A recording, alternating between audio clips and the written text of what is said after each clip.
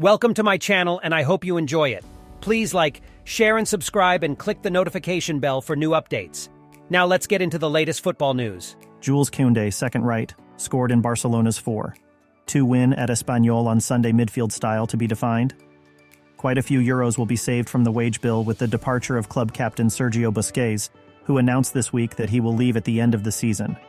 But that also presents the obvious dilemma of how to replace a player who, despite increasingly obvious physical shortcomings, has remained an automatic first choice for Xavi and each manager before him.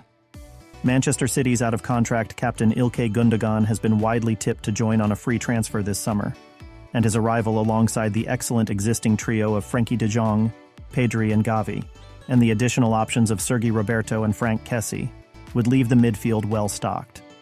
The bigger question, though, is not who, but how. Barca's traditional midfield approach, heavily based on strict positional play, has looked out of place amid the more dynamic demands of modern football. And even the passing purist Xavi has compromised his beliefs this season by fielding 4 midfielders in a box shape to provide greater strength in the center of the pitch. That has often led to a lack of attacking fluidity, hence all those 1-0 victories. And the challenge for Xavi is to implement a style that is more pleasing on the eye without losing the new defensive solidity on which their title win has been based. Busquets' exit might be the catalyst for a significant change of approach. Messi back, everyone else out? Barcelona's title was their first with Lionel Messi since 1999. Ah yes, him. The question of whether Lionel Messi should be brought back to Barcelona at the end of his mixed stint at Paris Saint-Germain hangs over everything else that will happen this summer. The abrupt manner of his departure 2 years ago was unsatisfactory from everybody's perspective. So should the club's greatest ever player be allowed to make a triumphant return and finish his career at his true footballing home? It seems an easy one, but it isn't. Firstly, from a pure sporting point of view, where does 36-year-old Messi fit into Xavi's demands for a high-tempo pressing game? This issue is heightened, as he would be lining up alongside another veteran forward who has shown worrying signs of slowing down in recent months, Robert Lewandowski. The financial aspect is even trickier. As things stand, Barca will need to sell players, not sign them, to meet La Liga's strict financial fair play rules, and even if Messi accepts a substantial pay cut, he would still expect to be the club's highest earner. To finance that, 3 players in particular look expendable.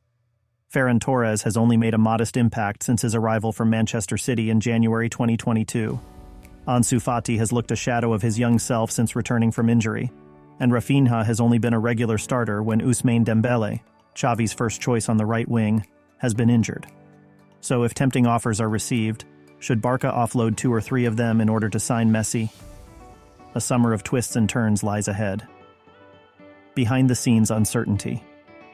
The club's plans for the upcoming market have been thrown into further uncertainty by the sudden resignation of Director of Football, Matteo Alemany, who has overseen Barca's signings and sales for the past 2 seasons. The highly rated Alemany is believed to hold differences of opinion with club president Laporta over transfer strategy, including his reported opposition to the recruitment of Messi, and looks set to take a similar role at Aston Villa. Lionel Messi, Barcelona is forward's home, says club president Joan Laporta. The Argentine's contract at Paris Saint-Germain expires in June, with reports linking him to Saudi Arabia. But in an interview with Spanish broadcaster TV3, Laporta said Barcelona can compete with anyone for the 35-year-old signature. History backs us. The feelings are too strong. We have 400 million fans around the world too, he said. Messi left the Catalan Giants 2 years ago after 21 years at the club, but has struggled during his 2 seasons in France, with fans booing him after their 5-0 win over Ajaccio at the weekend. Laporta said there had been an affectionate conversation between the two, and that he congratulated Messi on winning the World Cup in Qatar last year.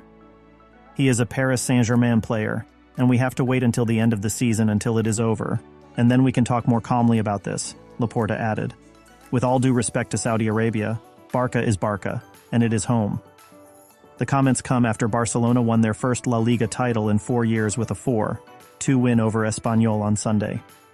Laporta appeared to be more reserved than during a late-night Twitch stream after the win, on which he is reported to have said the club would do everything possible to sign Messi. Thanks for watching.